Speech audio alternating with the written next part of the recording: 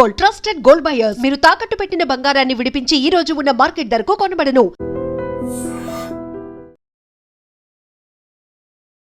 నాకు Nobel peace prize ఇవ్వనప్పుడు నేను శాంతి కోసం ఎందుకు ప్రయత్నాలు చేయాలి అని మాట్లాడినటువంటి డొనాల్డ్ ట్రంప్ కొద్ది గంటల వ్యవధిలోనే వరల్డ్ ఎకనామిక్ ఫోరం దావోస్లో బోర్డ్ ఆఫ్ పీస్ని ఏర్పాటు చేశారు.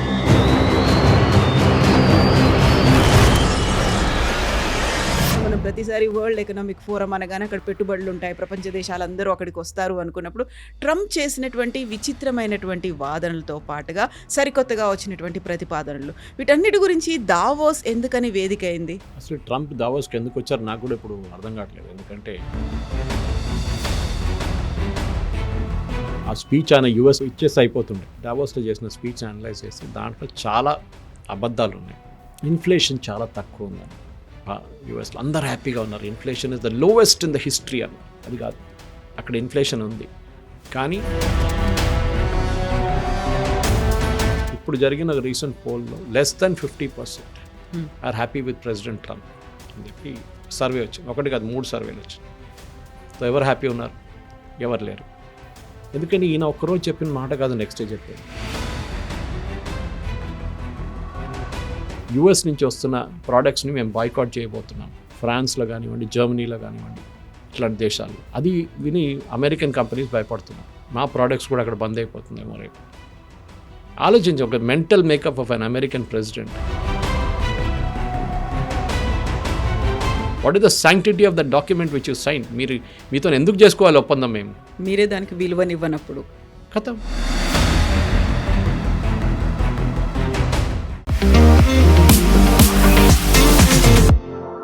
నమస్తే, నేను Kavitha. Welcome to I Dream News and నిజాలు. నాకు నోబెల్ పీస్ ప్రైజ్ ఇవ్వనప్పుడు నేను శాంతి కోసం ఎందుకు ప్రయత్నాలు చేయాలి అని మాట్లాడినటువంటి డొనాల్డ్ ట్రంప్ కొద్ది గంటల వ్యవధిలోనే వరల్డ్ ఎకనామిక్ ఫోరం దావోస్లో బోర్డ్ ఆఫ్ పీస్ని ఏర్పాటు చేశారు. అందులో ప్రపంచ దేశాలందరూ ఇన్వాల్వ్ కావాల్సినటువంటి అవసరం ఉంది అనేటువంటి మాట చెప్పాడు. అయితే అది శాంతి కోసం ఏర్పాటు చేసింది కాదు, పీస్ అంటే ముక్కలు ముక్కలుగా ఉన్నటువంటి ప్రపంచం కోసం ఏర్పాటు చేసింది అనేటువంటి మాట ఎలాన్ మస్క్ కూడా అన్నారు. యాక్చువల్గా బోర్డ్ ఆఫ్ పీస్ అనే దాన్ని ఎందుకు ఏర్పాటు చేశారు? దీంతో పాటుగా వరల్డ్ ఎకనామిక్ ఫోరంలో ట్రంప్ చేసినటువంటి ఇతర వ్యాఖ్యల మాట ఏంటి? మనతో పాటుగా ఉన్నారు సీనియర్ జర్నలిస్ట్ సురేష్ కొచ్చతిల్ గారు. సార్ నమస్తే. సో మనం ప్రతిసారి వరల్డ్ ఎకనామిక్ ఫోరం అనగానే అక్కడ పెట్టుబడులు ఉంటాయి, ప్రపంచ దేశాలందరూ అక్కడికి వస్తారు అనుకున్నప్పుడు ట్రంప్ చేసినటువంటి విచిత్రమైనటువంటి వాదనలతో పాటుగా సరికొత్తగా వచ్చినటువంటి ప్రతిపాదనలు, వీటన్నిటి గురించి దావోస్ ఎందుకని వేదిక అయింది? అసలు ట్రంప్ దావోస్కి ఎందుకు వచ్చారు నాకు కూడా ఇప్పుడు అర్థం కావట్లేదు. ఎందుకంటే ఆ స్పీచ్ ఆయన యూఎస్లో ఇచ్చేసి అయిపోతుండే. బికాజ్ అన్నీ ఆయన డొమెస్టిక్ పొలిటిక్స్ గురించి మాట్లాడారు అక్కడ వచ్చి. మా దేశం చూడండి, లోకంలో అన్నిటికంటే పెద్ద దేశం, అన్నిటికంటే మోస్ట్ పవర్ఫుల్ నేషన్, అన్నిటికంటే most powerful army, air force, navy, అన్నిటికంటే తక్కువ ఇన్ఫ్లేషన్, అందరు ప్రజలు హ్యాపీగా ఉన్నారు. మిగతా అన్ని దేశాలు నేను ఇట్లా పొద్దున్న లేవగానే వాళ్ళు భయపడుతున్నారు నన్ను అని చెప్పి పర్సనల్గా ఒక సెల్ఫ్ ప్రైజ్ డబ్బా కొట్టుకుంటున్నాడు ఆయన. కానీ మనం అనలైజ్ చేస్తే ఆ రోజు డావోస్లో చేసిన స్పీచ్ అనలైజ్ చేస్తే దాంట్లో చాలా అబద్ధాలు ఉన్నాయి. ఒకటి, ఫస్ట్ ఆయన ఏమన్నానంటే ఇన్ఫ్లేషన్ చాలా తక్కువ ఉందన్నారు. యూఎస్లో అందరు హ్యాపీగా ఉన్నారు. Inflation is the lowest in the history అన్నారు. అది కాదు, అక్కడ ఇన్ఫ్లేషన్ ఉంది. కానీ ఏదో అక్కడ డేటా ఫడ్జింగ్ జరిగింది. దాంతోపాటు అక్కడ ఉన్న ప్రజలు అంటున్నారు టారిఫ్ పెట్టిన తర్వాత మాకు ప్రోడక్ట్స్ మీద మా రేటు పెరిగింది న్యాచురల్లీ. ఇప్పుడు భారతదేశం నుంచి బాస్మతి తీసుకుంటున్న వాళ్ళ మీద 50% పెడితే అక్కడున్న ప్రజలు 50% ఎక్కువ కట్టాల్సి వస్తుంది. 50 కాదు 60 కూడా కావచ్చు ఒకసారి. మళ్ళీ ఇన్ఫ్లేషన్ ఎట్లా తగ్గిందండి? సెకండ్, ఆయన ఇక్కడ అందరూ హ్యాపీగా ఉన్నారన్నారు. ఇప్పుడు జరిగిన రీసెంట్ పోల్లో less than 50% are happy with president Trump అని చెప్పి సర్వే వచ్చింది. ఒకటి కాదు, 3 సర్వేలు వచ్చింది. సో ఎవరు హ్యాపీ ఉన్నారు? ఎవరు లేరు. ఎందుకని ఈయన ఒక్కరోజు చెప్పిన మాట కాదు నెక్స్ట్ డే చెప్పేది, మార్చేస్తున్నాడు. సో ఒక సైకాలజిస్ట్ ఆ షోలో, నేను చూసిన ఒక అమెరికన్ షోలో, ఆయన ఏమన్నారంటే ట్రంప్ బాడీ లాంగ్వేజ్ని అనలైజ్ చేశారు. 1 hour 15 minutes, 1 hour 20 minutes మాట్లాడారు. హీ లుక్డ్ వెరీ టైర్డ్ అన్నారు. Second, slurring in speech. మాట్లాడుతున్నాడు, స్పీచ్ స్లర్ అవుతుంది, అది పాసిబ్లీ ఓల్డ్ ఏజ్, తడబడడం. థర్డ్, వాళ్ళ ఫ్యామిలీలో అల్జైమర్స్ హిస్టరీ ఉంది. సో బహుశా వాళ్ళ ఫాదర్కి అల్జైమర్స్ ఉండే. His father head severe case of Alzheimer. So Alzheimer అనేది జీన్లో వస్తుంది, నెక్స్ట్ జనరేషన్ కూడా వస్తుంది అది. సో బహుశా the early setting off Alzheimer's Trump కేసులో వస్తుందని. Anyway that's a medical condition, మనకు దానికి సంబంధం లేదు. కానీ దాని ఎఫెక్ట్స్ ఒక president who is holding a nuclear button, ఆయనకు ఆ పవర్ ఇస్తే రేపు ఏం చేస్తాడు? రేపు సడన్గా కోపం వచ్చి గ్రీన్లాండ్స్ మీద ఒక న్యూక్లియర్ బాంబ్ వేసారని చెప్పి ఆర్డర్ ఇస్తే వాళ్ళు చేస్తారు. బికాజ్ అమెరికన్ కాంగ్రెస్కి ఓవర్ రైడింగ్ అథారిటీ లేదు. ఉంది, యుద్ధాన్ని చేయడానికి కాంగ్రెస్ అప్రూవల్ తీసుకోవాలి, వాళ్ళ పార్లమెంట్ అప్రూవల్ తీసుకోవాలి. కానీ ఇట్లాంటి పొజిషన్లో న్యూక్లియర్ బటన్ నేను చేతిలో పెట్టి ఇట్లాంటి పని చేస్తే రేపు ఏదో కోపం వచ్చి సడన్గా వేసేసేయండి ఆ న్యూక్లియర్ బాంబ్ రండి తీసుకెళ్ళి నాగాసాకి హిరోషిమా వేసినట్లని, వీళ్ళని కూడా ఫినిష్ చేసేసేయండి, చాలా లోలీ చేస్తున్నారు వీళ్ళని చెప్పేసి. ఇది ట్రంప్ ప్రాబ్లం. ఇంకొక ఇన్స్టెన్స్లో ఆ స్పీచ్లో చాలా బోరింగ్ కొట్టింది యాక్చువల్గా స్పీచ్, ఏం లేకుండే, అన్ని సెల్ఫ్ డబ్బాలే కొట్టాడు ఆయన. డ్రగ్స్ గురించి మాట్లాడే, ప్రిస్క్రిప్షన్ డ్రగ్స్. మనకు 2 టైప్స్ డ్రగ్స్ ఉంటాయి, ఓటీసీ ఉంటుంది, ప్రిస్క్రిప్షన్. ఓవర్ ద కౌంటర్ అంటే మన ఈ క్రోసిన్, మన డోలో లాంటి కొంటున్న డ్రగ్స్కి ప్రిస్క్రిప్షన్ అక్కర్లేదు, we can go by over the counter. Prescription అంటే షెడ్యూల్ హెచ్లో వచ్చిన డ్రగ్స్ని ప్రిస్క్రిప్షన్ డ్రగ్స్ అంటారు. అది యూఎస్లో రేట్లు నేను చాలా తగ్గించేశాను, నేను దాన్ని 100% తగ్గించేసాను. వై 100%? 200, 300% తగ్గించేశాను. So they was a mathematician was analysing speech, ఆయన వీడియో కూడా నేను చూశాను. ఆయన ఏమన్నారంటే మ్యాథమెటిక్స్లో 100% రిడక్షన్ అనగానే దాని వాల్యూ 0 అయిపోతుంది, విచ్ ఇస్ కరెక్ట్. మళ్ళీ మీరు డ్రగ్ని 0 రేట్లో అమ్ముతున్నారా? లేదు కదా. సో ఆయన ఒక ఎగ్జాంపుల్ ఇచ్చాను. ఈయనేమన్నారంట, నేను మ్యాక్రాన్కి ఫోన్ చేసి ఆయన బెదిరించాను. నేను చెప్పాను, మీ ఫ్రాన్స్ నుంచి వస్తున్న డ్రగ్స్ మీద మీరు రేటు తగ్గించకపోతే నేను మీ మీద రేపు పొద్దున్న నుంచి షాంపెయిన్ అండ్ వైన్ మీద 200% టారిఫ్ పెట్టేస్తాను టుమారో మార్నింగ్ అన్నారంట. ఆయన ఫస్ట్ మ్యాక్రాన్ నో అన్నారంట, no I cannot do it. తర్వాత ఎస్ అన్నారంట. చూడండి, తగ్గించేసాడు మ్యాక్రాన్. సో ఇదే ఒక సైంటిస్ట్ ఉండే ఆయన, actually he analysed and said ఏం తగ్గలేదు. యూఎస్లో ఒక ప్రోడక్ట్, ఒక మెడిసిన్ $10 అమ్ముతున్నప్పుడు మ్యాక్రాన్ దగ్గర ఏం చెప్పారంట, నువ్వు దాన్ని 50% చేయాలి. ఈయన చెప్పిన ఆన్ స్టేజ్ చెప్పారు ట్రంప్, $50 చేసేసేయండి. $5 ఫ్రాన్స్లో అమ్ముతున్న డ్రగ్ మీరు యూఎస్లో $10 అమ్ముతున్నారు, మీరు ప్రాఫిట్ చేసుకుంటున్నారు, మా ప్రజలు కష్టపడుతున్నారు, ప్రజలు కోపం వస్తుంది, ఒక పని చేయండి, మీ దగ్గర ఉన్న $5 డ్రగ్ని $50 చేయండి. అప్పుడు మా ప్రజలు అంటారు, అబ్బా చూడండి అక్కడ $50 అమ్ముతున్న ట్రంప్ మాకు $10 ఇస్తున్నారు. రేట్ మారలేదు, అదే $10. అదేం తగ్గినట్టు కాదు, కాకపోతే వాళ్ళకి ఒక ఫీల్ అంతే. ఎమ్మెల్యే ఏడుకొండలో దాసనారాయణరావు గారు చేసిన అదే స్ట్రాటజీ అన్నమాట ఇది కూడా. ఇది మనం అర్థం చేసుకోవాలి. ట్రంప్ది ఒక ఆయన చేయలేని పనులన్నీ చేశాను చెప్తున్నాడు. అదే స్పీచ్లో గ్రీన్లాండ్ని 5 సార్లు ఐస్లాండ్ అన్నారు. సో అందరు స్టేజ్ మీద చెప్పినప్పుడు కూడా స్టేజ్ బయట ఉన్న ఎవరు దాని గురించి కౌంటర్ చేయలేదు. తర్వాత ప్రెస్ వాళ్ళు వెళ్ళి వైట్ హౌస్ ప్రెస్ సెక్రటరీ దగ్గర అడిగారంట, ఇదేంటి ఈయన ఐస్లాండ్ అంటున్నారు, ఒకసారి అయితే తప్పైందని చెప్పొచ్చు, 5 సార్లు అన్నట్టు రిపీట్ చేశారు. అదేంటంటే గ్రీన్లాండ్లో చాలా ఐస్ ఉంది కదా, దానికోసం ఐస్లాండ్ చెప్పారంట. వాళ్ళ లాజిక్ చూడండి, పక్కన ఐస్లాండ్ అని ఇంకో దేశం, ఇంకో కంట్రీ, వాళ్ళు భయపడుతున్నారు ఇప్పుడు ఇక్కడ వస్తాడేమో అని. ఇప్పుడు ఏం చేశారు, లాస్ట్ ఈసారి నేను టారిఫ్లు పెట్టాను, యూరోప్ మీద టారిఫ్లు పెట్టాను. అది ఎందుకు జరిగిందంటే ఈ స్పీచ్ ఇస్తున్న అదే టైంలో కవిత గారు ట్రంప్ స్టేజ్ మీద ఉన్నప్పుడు డావోస్లో యుఎస్ స్టాక్ మార్కెట్ 2% పడిపోయింది. 2% పడడం చాలా పెద్దది వాళ్ళ దగ్గర, లిటరలీ వైప్డ్ అవుట్ బిలియన్స్. ఎందుకంటే యూరోప్ నుంచి ఉన్న ఎక్స్పోర్ట్స్ బ్యాన్ చేస్తే యుఎస్ కంపెనీస్ ఎఫెక్ట్ అవుతారు. ఎందుకంటే చాలా ప్రోడక్ట్స్ యూఎస్లో తయారు చేయలేకపోతున్నారు. ఒకటి టెక్నాలజీ అవుట్డేటెడ్ అయిపోయింది, సెకండ్ వాళ్ళ కాస్ట్ చాలా ఎక్కువ యూఎస్లో, వాళ్ళు యూరోప్ నుంచి ఎక్స్పోర్ట్ చేస్తారు. అది కాకుండా అమెరికా నుంచి ఎక్స్పోర్ట్ చేస్తున్న ప్రోడక్ట్స్ కూడా యూరోప్ బంద్ చేసేస్తారు. ఇన్ఫ్యాక్ట్ ఒక ఇన్ఫార్మల్ అగ్రిమెంట్కి వచ్చారంట ప్రజలు అక్కడ, యూఎస్ నుంచి వస్తున్న ప్రోడక్ట్స్ని మేము బాయ్కాట్ చేయబోతున్నాం. ఫ్రాన్స్లో కానివ్వండి, జర్మనీలో కానివ్వండి, ఇట్లాంటి దేశాల్లో.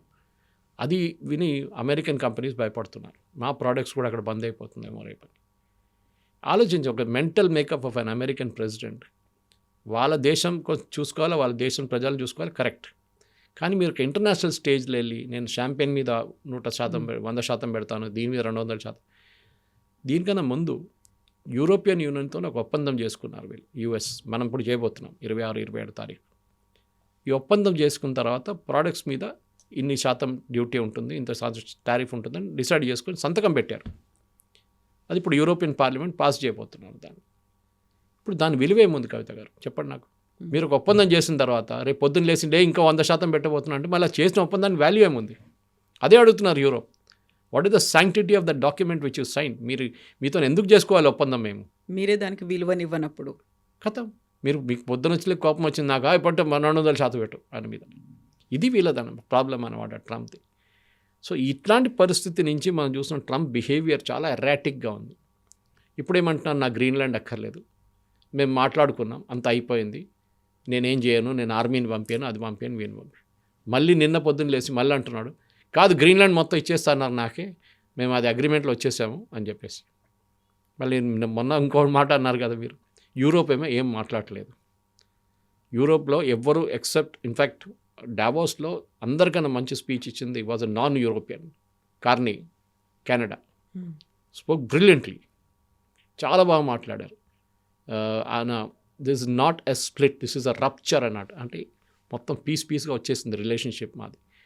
70 సంవత్సరాలు 40 సంవత్సరాలు 50 సంవత్సరాల నుంచి బిల్డప్ చేస్తున్న రిలేషన్షిప్ నేటోతోని ఓవర్ నైట్ ట్రంప్ ఫినిష్ చేసేసి, ఓవర్ నైట్. ఇప్పుడు నేటో ట్రంప్ని ఎందుకు విశ్వాసంలో తీసుకోవాలి? తీసుకోరు వాళ్ళు. They will not believe him. వాళ్ళు అంటే ట్రంప్ ఏ మాట చెప్పినా కానీ దాని విలువ లేదు, రేపు మళ్ళీ అది మార్చేస్తాడు ట్రంప్, మీరు సీరియస్గా తీసుకోకండి ఆయన్ని అని అంటారు. ఇప్పుడు దాకా యూఎస్ ప్రెసిడెంట్స్ని అందరినీ రెస్పెక్ట్గా చూసుకేటోళ్ళు వరల్డ్ అంతా, ఎందుకంటే వాళ్ళు చెప్పిన మాట వాళ్ళు మీరు నిలబడుకుంటారు. కానీ ట్రంప్ అట్లా కాదు. మనం చూస్తున్నాం, ఒకరోజు చెప్తారు, ఇంకో మన ఇండియాని మెన్షనే చేయలేదు అని మీరు చూసుంటారు. ఎందుకంటే మనం అసలు పట్టించుకోవట్లేదు. ఆయన ఏమైనా చేసుకొని పిచ్చోని చేతిలో రాయిలాగా అయిపోతుంది, ఏమైనా ఎక్కడైనా పడేయండి, మనకు ఫరక్ పడదు, మన మీద పడకూడదు అంతే. ఇప్పుడు చూడండి, బోర్డ్ ఆఫ్ పీస్ అని తీసుకొచ్చారు, మీరు అదే చెప్పారు, బోర్డ్ ఆఫ్ పీస్. అసలు ఈ బోర్డ్ ఆఫ్ పీస్ ఏంటి, ఎందుకు చేస్తున్నారు, ఎవరికి ఐడియా లేదు. దీని original resolution, I think it was resolution number 583 last year. గాజాలో ఒక బోర్డ్ ఆఫ్ పీస్ సెటప్ చేస్తా అని చెప్పి యునైటెడ్ నేషన్స్ ఒక రెజల్యూషన్ పాస్ చేశారు. దాన్ని హైజాక్ చేసుకొని తీసుకెళ్ళిపోయారు ట్రంప్. అది ఒరిజినల్ యునైటెడ్ నేషన్స్ రెజల్యూషన్ ఉండే, అంటే ఒక 5, 6 లేకుంటే 10, 15 నేషన్స్, ఇన్ఫ్యాక్ట్ దాంట్లో ఐ థింక్ 27 అనుకుంటారు మ్యాక్సిమం లిమిట్ ఉండే. 27 దేశాల్లో ఒక టీం తయారు చేసి గాజాని రీకన్స్ట్రక్ట్ చేద్దాం, గాజాని మళ్ళీ రీఫార్మాట్ చేద్దాం, మొత్తం బిల్డింగ్స్ అని కొట్టుపడేసి కొత్తగా కట్టి అక్కడ ఉన్న ప్రజలకి అది ఇచ్చేద్దాం. ట్రంప్కి అది కాదు, he wants to make it Mediterranean resort. ఇది గాజా. అప్పుడున్న ప్రజలు ఎక్కడికి వెళ్తారండి? ఇది అర్థం కాదు. రీలొకేట్ చేయడం చెప్పారు కదా, ఆ రోజు చెప్పారు, ఏదో ఈజిప్ట్ పంపించేద్దాం, జార్డన్ పంపించేద్దాం అందరినీ, మన ఇక్కడ వాళ్ళని అక్కడే ఉండేయండి. మరి వాళ్ళు ఎట్లుంటారు, వాళ్ళ దేశం అండి, దాన్ని మీరే అంటున్నారు. Same Saudi Arabia who has join the league, Pakistan, వీళ్ళందరూ అంటున్నారు ప్యాలెస్టీన్ అండ్ హోమ్ల్యాండ్ అని. మరి ట్రంప్ అంటాడు హోమ్ల్యాండ్ లేదు, ఏం లేదు. అది కాకుండా మీరు $1 బిలియన్ ఇస్తే చైర్ ఇస్తాను, కుర్చీ ఇస్తాను కూర్చోడానికి. అదేంటండి? పెట్టుబడి మీరు పెడతా అన్నారు ఫస్ట్ గాజా రీకన్స్ట్రక్షన్కి, ఇప్పుడు ఏమంటున్నారు అందరూ కలిసి $1 బిలియన్ పెట్టాలంటున్నారు. ఎందుకు పెట్టాలండి? దాంట్లో ఏ గ్యారెంటీ, మనకేమొస్తుంది అండి? అమెరికన్ కాంట్రాక్టర్స్ వస్తారు. ఈ బోర్డ్ ఆఫ్ పీస్లో సీనియర్ కౌన్సిల్స్ ఉన్న, అంటే టాప్ మోస్ట్ లెవెల్లో ఉన్న అందరు Americans, Marco Rubio, Ajay Banga former World Bank, వీళ్ళందరూ ఉన్నారు. Given Jared Kushner he son in law, ఆయన కూర్చోబెట్టాడు. ఈయనేమో దానికన్నా అందరికన్నా పైన, ఈయనకు వీటో పవర్, అంటే ఎవరు ఏమైనా రెజల్యూషన్ పాస్ చేసి ఈయన వీటో చేసేస్తాడు దాన్ని. ఒక సూపర్ యుఎన్గా తయారయ్యాడు యునైటెడ్ నేషన్స్లో. నాకు అర్థం కావట్లేదు, ఒక కామెడీ షో లాగా అయిపోయింది. ఇప్పుడు ఏం చేస్తాడో అర్థం కావట్లేదు. వై ఆయనకేంటి కోపం అంటే ట్రంప్కి యునైటెడ్ నేషన్స్ పనికిరాదు. Correct, even I agree with that. ఒక డిబేటింగ్ సొసైటీగా మారిపోయింది, దాని విలువ లేదు అసలు. కానీ దానికి ప్యారలల్గా ఇంకొక యునైటెడ్ నేషన్ తయారు చేయడం కాదు సొల్యూషన్. ఉన్నదాన్ని సరిదిద్దండి ఎట్లనా. యునైటెడ్ నేషన్స్ చాలా స్లో, ఎస్ కరెక్ట్, కానీ వాళ్ళు చాలా మంచి పని చేస్తున్నారు. ఇప్పుడు ఇవాళ ఏమో లేటెస్ట్ న్యూస్, నేను WHO నుంచి బయటకు వచ్చేస్తాను, వరల్డ్ హెల్త్ ఆయనకి ఎప్పుడు పడదు, World Health Organization covid time నుంచి, కరోనా టైంలో ఎక్కువ అయింది అది. సో ఆయన అంటే వాళ్ళు పట్టించుకొని, నేను వాళ్ళని ఆల్రెడీ 26 ఆర్గనైజేషన్ నుంచి బయటకు వచ్చారు యుఎన్లో. దాంట్లో మన ఇంటర్నేషనల్ సోలార్ అలయన్స్ ఒకటి మనం లీడ్ చేస్తుంది. ఆయనకి ఎవరికే లేదు. మాట్లాడితే ఏమంటున్నా అంటే డావోస్ స్టేజ్లో ఆ రోజు యూరోప్ని చూడండి, అసలు గుర్తుపట్టలేము యూరోప్ని. We can't recognise Europe. అంటే అక్కడ వచ్చిన ప్రజలు సుడాన్ నుంచో, ఆఫ్ఘనిస్తాన్ నుంచో, ఇరాన్ నుంచో పారిపోయి వచ్చిన వాళ్ళు, సరే అన్చెక్డ్ మైగ్రేషన్ ఉండే బ్రిటన్లో స్పెషలీ, మారిపోయింది మొత్తం. లండన్ మేయర్ ముస్లిం, లండన్ చూస్తే ఇప్పుడు ఒక ఇస్లామిక్ స్టేట్ లాగా అనిపిస్తుంది మీకు. అదంతా కరెక్టే ట్రంప్ చెప్తూ, కానీ that is not his logic. ఆయన ఏమంటున్నారంటే మీరు యూరోప్కి వెళ్ళండి, అక్కడ అన్నీ మీకు విండ్ మిల్స్ కనిపిస్తుంది. విండ్ మిల్సా? కనిపిస్తుంది. ఎక్కడ కనిపించదు? నేను మొన్న పరిగికి పోయినప్పుడు అక్కడ కనిపించింది నాకు, వికారాబాద్ దగ్గర విండ్ మిల్స్ కనిపించి చాలా బాగుండే సైట్ చూడడానికి. ఎనర్జీ జనరేట్ చేస్తుంది, దాంట్లో తప్పేముంది? సరే కొంచెం కాస్ట్లీగా ఉంటుంది ఆ పవర్, ఇనీషియల్ సెటప్ కాస్ట్ ఎక్కువ ఉంటుంది, సోలార్ లాగానే న్యూక్లియర్ లాగానే కాదు. మీకు ఎనర్జీ ప్రొడ్యూస్ చేయాలంటే బొగ్గు, ఆయిల్ ఈ రెండో ఇవి వాడాలి, మీకు ఏది వాడకూడదు. ఎందుకు? ఆయిల్ వాళ్ళు ప్రొడ్యూస్ చేస్తారు, బొగ్గు మా దగ్గర నుంచి కొనుక్కోండి. ఇది యుఎస్ లాజిక్. తొవ్వి తీసుకొని ఏమైనా చేసుకోండి. మనం ఎప్పుడైనా తెలుసు పవర్ ప్రొడక్షన్లో అన్నిటికంటే చీపెస్ట్ ఉన్నది హైడల్ పవర్, నీళ్ళ నుంచి. నాగార్జున సాగర్, శ్రీశైలం, బాక్రానంగల్ చాలా డ్యామ్స్ ఉన్నాయి మన దగ్గర, అట్లాంటివి తుంగభద్ర, ఇట్లాంటి డ్యామ్స్ నుంచి మనం పవర్ ప్రొడ్యూస్ చేసుకుని చీప్గా ఉంటుంది. అది చాలా కాస్ట్ ఎఫెక్టివ్గా ఉంటుంది, పర్ యూనిట్ కాస్ట్ చాలా తక్కువ ఉంటుంది. అన్నిటికంటే ఎక్కువ సోలార్ అండ్ విండ్ ఉంటుంది, న్యూక్లియర్ కూడా. ఇనిషియల్ సెటప్ కాస్ట్ హై ఉంటుంది, ఎందుకంటే సెటప్ చేసి కొన్ని సంవత్సరాల తర్వాత కాస్ట్ తగ్గుతుంది, క్యాపిటల్ కాస్ట్ అంతా రైట్ ఆఫ్ అయిపోయిన తర్వాత. ఈయనకు అది కాదు ప్రాబ్లం. అక్కడ విండ్ మిల్స్ ఉంది చూడండి, అదంతా ప్రొడ్యూస్ చేస్తుంది చైనా వాళ్ళు. చైనా డబ్బులు సంపాదిస్తున్నారు, చైనాకి వెళ్తుంది డబ్బులని. సోలార్ ఉన్నాయండి, ఇది ఉన్నాయండి, అన్నీ చైనాకి వెళ్తుంది డబ్బులు. ఇది ఈయన లాజిక్. అసలు అర్థం కావట్లేదు. ఇప్పుడు వచ్చిన తర్వాత అన్నాడు కదా, నేను ఏంటిది green energies and nonsense, we are exiting the Paris agreement. Paris agreement అంటే కాప్ అగ్రిమెంట్లో వచ్చిన ఒక అగ్రిమెంట్లో 2070 కంట్రోల్ చేయడం, 2070 దాకా కార్బన్ డైఆక్సైడ్ ఎమిషన్స్ కంట్రోల్ చేసి దాన్ని మ్యాక్సిమం తగ్గించడానికి ట్రై చేస్తున్నాం. జీరో మనం already we are on the way, that India is doing very well. కానీ ఇప్పుడు నేను దాన్ని పట్టించుకోను. ద ప్రాబ్లం ఏంటి కవిత గారు, ఇప్పుడు ఈయన ఇక్కడ ఉన్నారు, ఇప్పుడు సంవత్సరాల తర్వాత ఉండడు, అయిపోతుంది ఈయన ప్రెసిడెంట్. అప్పుడు ఏం జరుగుతుంది? ఈ బోడో పీస్ ఏమవుతుందో, పీసెస్ అయిపోతుంది అప్పుడు. ఎగ్జాక్ట్లీ. ఎలాన్ మస్క్ అంటుంది అదే కదా, పిఈఏసిఈ కాదు పిఐఈసిఈ అనే మాట. బికాస్ నెక్స్ట్ ప్రెసిడెంట్ రాగానే ఫస్ట్ థింగ్ వీళ్ళందరూ తీసి బయటపడేస్తాడు. జారెడ్ కుష్నర్ ఉండరు, మార్కో రూబియో ఉండరు, అజయ్ బాంగ్ ఉండరు, ఎవరు ఉండరు, అందరిని తీసి బయటపడేస్తాడు. ఇప్పుడు చూడండి, దీంట్లో వచ్చి కూర్చున్న కంట్రీస్ చూడండి, 17 ఉండి, అది డావోస్లో ఎంతమంది కలిసారు, అందరిని పిలిచారనుకుంటారు, రా ఇక్కడ వచ్చి కూర్చో, నేను చెప్తున్నాను, లేకుంటే ఈ కూడా 100% టారిఫ్ వేసేస్తాను అంటే వాళ్ళు భయపడొచ్చి కూర్చుంటారు. పోలాండ్, పాకిస్తాన్, సౌదీ అరేబియా, ఇట్లాంటి రాష్ట్రాలు ఎవరెవరు ఫ్రంట్తో పని ఉందో వాళ్ళు వచ్చి కూర్చున్నారు అక్కడ. పాకిస్తాన్కి అయితే $1 బిలియన్ ఇవ్వాలని డబ్బులు కూడా లేవు, వాళ్ళ దగ్గర అప్పు తీసుకోవాల్సి వస్తుంది వాళ్ళు దానికోసం. కానీ వాళ్ళు ఎందుకు వచ్చినారు? ట్రంప్ని హ్యాపీగా పెట్టాలి కదా, ఆల్రెడీ రేర్ ఎర్త్స్ ఇస్తున్నాం ఆయనకి, ఆయన క్రిప్టో కరెన్సీలు ఇస్తున్నాం. ఇన్ఫ్యాక్ట్ మొన్న ఒక రిపోర్ట్ వచ్చింది యుఎస్, ఐ థింక్ యుఎస్ కాంగ్రెస్లోనే వచ్చింది, దట్ ట్రంప్ ప్రెసిడెంట్గా అయినప్పుడు సెకండ్ టర్మ్ నుంచి ఇప్పుడు 1 సంవత్సరం అవుతుంది ఎగ్జాక్ట్లీ, వాళ్ళ family business is worth $1.7 trillion crypto కరెన్సీతో మెయిన్గా. సో కాన్ఫ్లిక్ట్ ఆఫ్ ఇంట్రెస్ట్ ఉంటుంది ఎప్పుడు కవిత గారు. కాన్ఫ్లిక్ట్ ఆఫ్ ఇంట్రెస్ట్ ఏంటంటే, ఇప్పుడు మోదీ గారు ఉన్నారు, మోదీ గారు రేపు ఒక బిజినెస్ పెట్టుకున్నారు, మోదీ గారు బ్రదర్ అనుకోండి, ఆయన పాపగా రేషన్ షాప్ నడిపిస్తున్నాడు, కానీ ఇవాళ రేపు ఆయన పెద్దగా బిజినెస్ పెట్టిండు, 1,000 కోట్ల బిజినెస్ పెట్టిండు. మోదీ గారు ఏమంటారు, ఫ్రెండ్స్ పిలిచి, అరే దాంట్లో పెట్టుబడి పెట్టండి, అది చాలా మంచి ప్రాజెక్ట్, దాంట్లో డబ్బులు పెట్టండి అంటారు. మోదీ గారు చెప్పారని చెప్పి ఒక 100,000 మంది కంపెనీలు వచ్చి పెడతారు ఆయనకు హ్యాపీగా పెట్టుకోవడానికి. ఇది నడుస్తుంది యూఎస్లో. అప్పుడు conflict of interest, because you are using your power for business, మీ పర్సనల్ బిజినెస్కి. మీ దేశానికి చేసుకుంటే ప్రాబ్లం ఉండదు, దేశంలో పెట్టుబడి పెట్టరా అంటే చాలామంది వస్తారు, ఎస్, అప్పుడు మీకు పర్సనల్ ఇంట్రెస్ట్ ఏం లేదు. ఇది వాళ్ళ సొంత ఫ్యామిలీ కంపెనీ, జారెడ్ కుష్నర్ కూర్చున్న కంపెనీ, వాళ్ళ సన్నిలో కూర్చున్న దాంట్లో, ఆ కంపెనీలో పెట్టుబడి పెట్టడానికి పాకిస్తాన్కి వెళ్ళి మన అసీం మునీర్తో డబ్బులు తీసుకొని పెట్టించుకున్నాడు దాంట్లో క్రిప్టో కరెన్సీ. దాన్ని లీగలైజ్ చేశారు, ప్రెసిడెన్షియల్ ఆర్డర్ ఇచ్చి ట్రంప్ హెస్ లీగలైజ్డ్ ఇట్.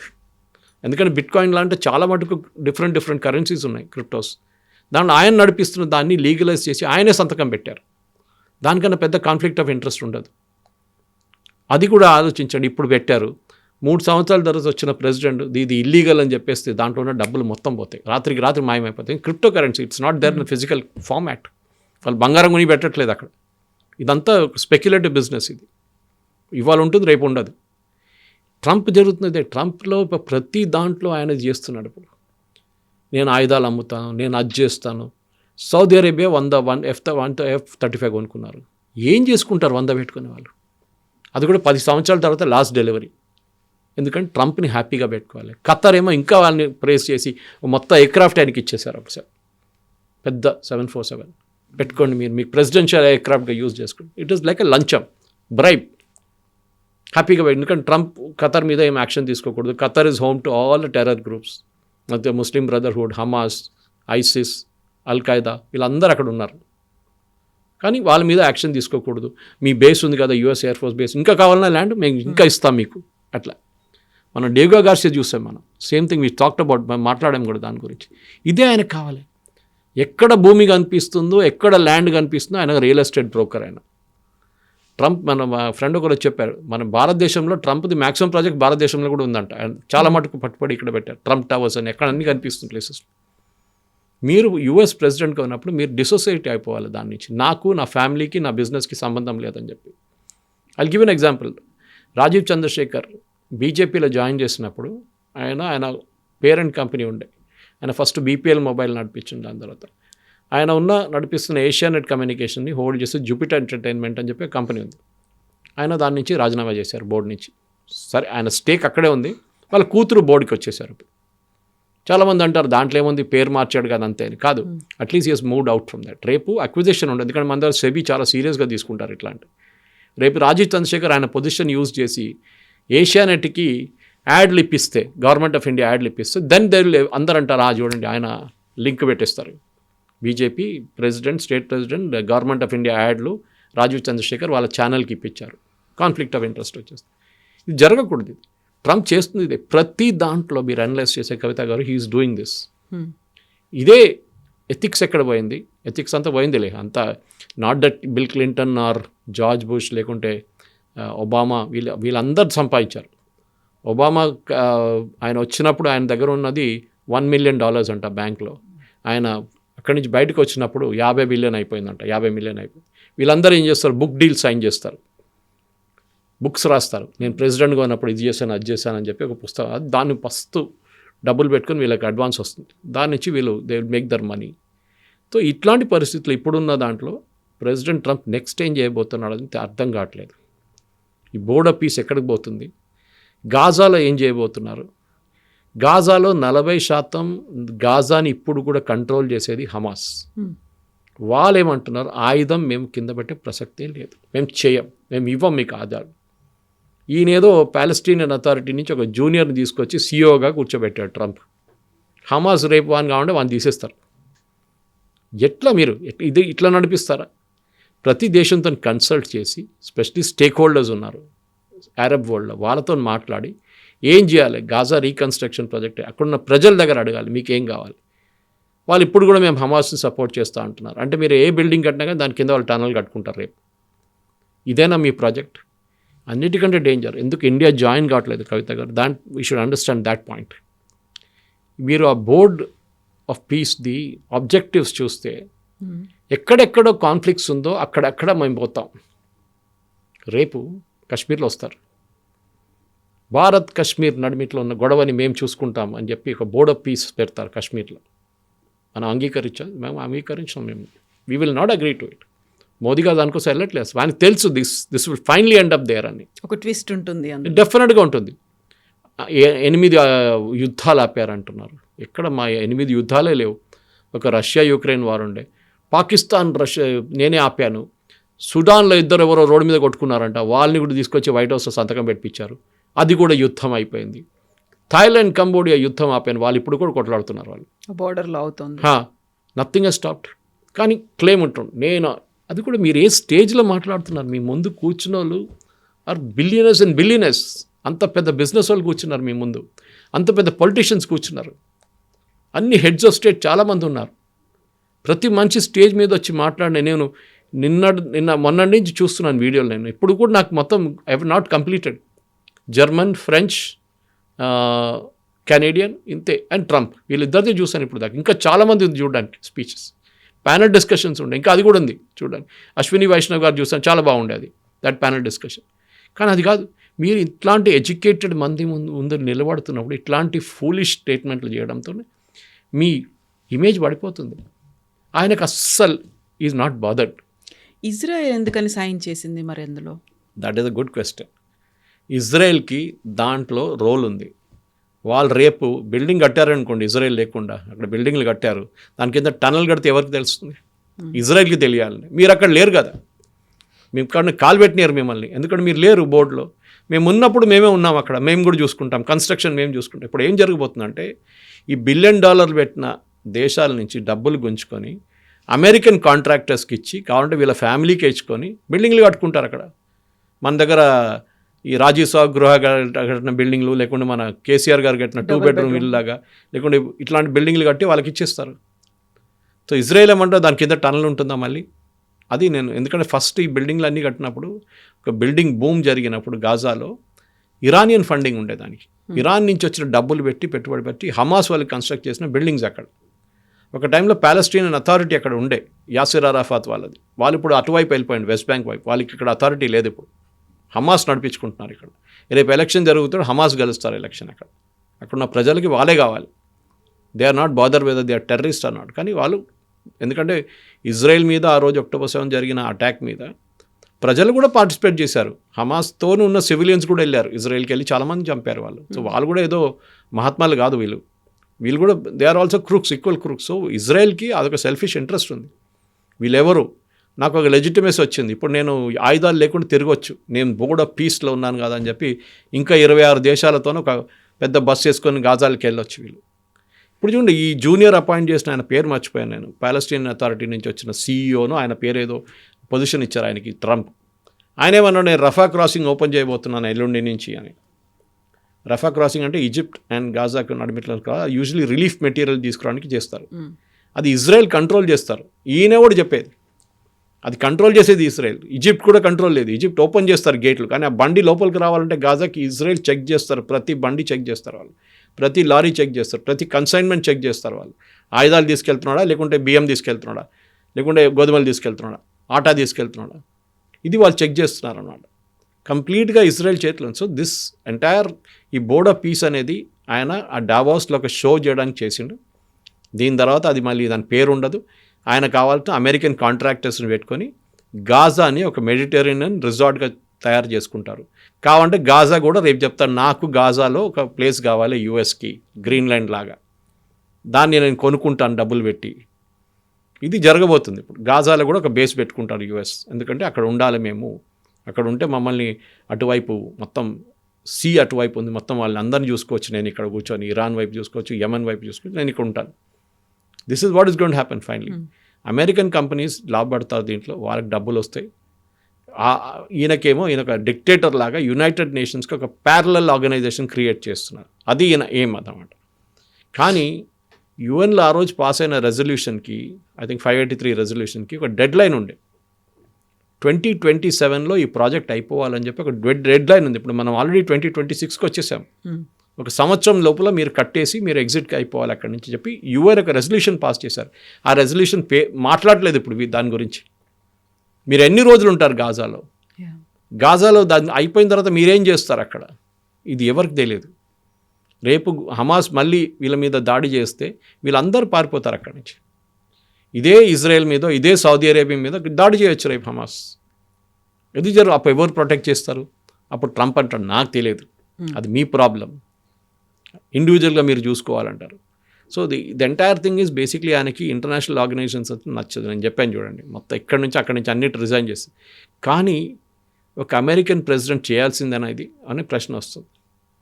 ఎందుకంటే ఆయన అంటున్నాడు మిగతా దేశాల్లో, ఇప్పుడు ఇరాన్ తీసుకోండి, నాకు బాధ అనిపిస్తుంది. ఇరానియన్స్ ఏమన్నారు, హెల్ప్ ఇస్ ఆన్ ద వే, మీరు పోరాడండి, రోడ్ మీద వెళ్ళి దిగండి, మీరు కొట్టండి ఇరానియన్ సోల్జర్స్ని, రెవల్యూషనరీ గార్డ్స్ని కొట్టండి, వాళ్ళ గవర్నమెంట్ ఆఫీస్ని ధ్వంసం చేయండి అన్నారు. మేము వస్తున్నాం, షిప్పులు తీసుకొని వస్తున్నాం. ఏమైందండి? 5,000, 6,000, 7,000, 12,000 మంది చనిపోయారు అంటున్నారు.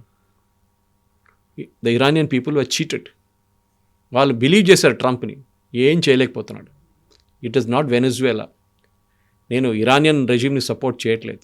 They are most autocratic regime, దాంట్లో డౌట్ లేదు. వాళ్ళని అక్కడ తీసేయాల్సిందే. కానీ ఈయన ఇంత పెద్ద హోప్ ఇచ్చి పాపం వాళ్ళని రోడ్డు మీద దింపి వాళ్ళు కుక్క సాగు చచ్చారు వాళ్ళందరూ. ఇప్పుడు ఏమైంది వాళ్ళకి? ఏం దొరికింది వాళ్ళకి? ఇట్లాంటి ఫాల్స్ హోప్స్ ఇస్తారు. ఇప్పుడు మాట్లాడలేదు ఇరాన్ గురించి. వెనెజువేలా తీసుకోండి, మేము వెనెజువేలాలో పెట్టుబడి పెట్టిపోతున్నాం, మేము ఆయిల్ ఇట్లా తీసుకుంటాం, అది అమ్మేసుకుంటాం అన్నారు. అన్ని షెవ్రాన్, ఎక్సాన్ మొబైల్, అన్ని ఆయిల్ కంపెనీస్ని వైట్ హౌస్ పిలిపించారు వారం ముందు. We'll invest 100 billion, he will invest 100 billion అన్నారు. వాళ్ళు బయటకు వచ్చారు, మేము 10 పైసలు పెట్టాము, $1 కూడా పెట్టాము మేము. ఎందుకంటే మేము దీనికన్నా ముందు పెట్టే పెట్టుబడి మొత్తం పోయింది. అక్కడ హ్యూగో షావేజ్ వచ్చి మొత్తం తీసుకెళ్ళిపోయాడు. నేషనలైజ్ చేసేసాడు మొత్తం మా ప్రాజెక్ట్స్ని. మాకు అప్పుడు రావాల్సిన డబ్బులు ఇవ్వండి అని చెప్పి ట్రంప్కి అడిగారు. మేము అప్పుడు పెట్టాం పెట్టుబడి 20 బిలియన్ 50 బిలియన్ పెట్టాం. మాకు ఆ డబ్బులైనా మాకు రిటర్న్ ఇచ్చేసి మా షేర్ హోల్డర్స్ అడుగుతున్నారు, మేము పబ్లిక్ లిమిటెడ్ కంపెనీ అంటే అదంతా పోయింది. That is all right of. Now you talk new things. ఇప్పుడు ఎవ్వరు పెట్టుబడి పెట్టట్లేదు. ఎందుకంటే వీళ్ళకి భయం ఏంటంటే మళ్ళీ ట్రంప్ పోయినాక కొత్త ప్రెసిడెంట్ వచ్చినప్పుడు ఆయన పాప అంటాడు రేపు nothing doing, everybody exit Venezuela అంటారు. ఏం చేస్తారు? స్టెబిలిటీ లేదు. యుఎస్ ప్రెసిడెంట్ కంటిన్యూటీ ఉండాలి. ఎప్పుడు ఒక పని చేసినప్పుడు నెక్స్ట్ ప్రెసిడెంట్ వచ్చినప్పుడు ఇట్ షుడ్ కంటిన్యూస్లీ. అది కాకుండా నాకు ఇదే ఇష్టం, ఒక టైరెంట్ లాగా, ఒక హిట్లర్ లాగా ఆయన బిహేవ్ చేస్తున్నాడు. ఇప్పుడు ఆ పేరు వాడడం కరెక్టో కాదు కానీ హిట్లర్ లైక్ బిహేవియర్. లోకమంతా నాదే, నా చేతిలోనే ఆడుకుంటారు వీళ్ళందరూ, వీళ్ళు ఎక్కడికి వెళ్తారు. ఇది ట్రంప్ లాజిక్ అన్నమాట. Thank you so much. Thank you very much. Thank you. And for more videos, Please subscribe to iDream. Please subscribe to iDream. Please subscribe iDream. And please subscribe to iDream. For more videos, subscribe to iDream. please like, share, and subscribe to the channel. Congratulations, iDream. Subscribe to iDream. Subscribe to iDream. So, subscribe to iDream Media. iDream team అందరికి huge congratulations. Please subscribe iDream Media. Please subscribe to iDream. Subscribe iDream. Please subscribe to iDream. iDream అంటే నా కళల ఛానల్ను subscribe చేసుకున్న నోరు తిరుగుతలేదు, మీరైతే గంట గుర్తు కొట్టండి. For more such videos, please subscribe to iDream. Subscribe to iDream. Please subscribe to iDream. Please subscribe iDream Media. Please do subscribe to iDream. Please subscribe to iDream Media. For best entertainment and information, please subscribe iDream. And don't forget to subscribe to iDream.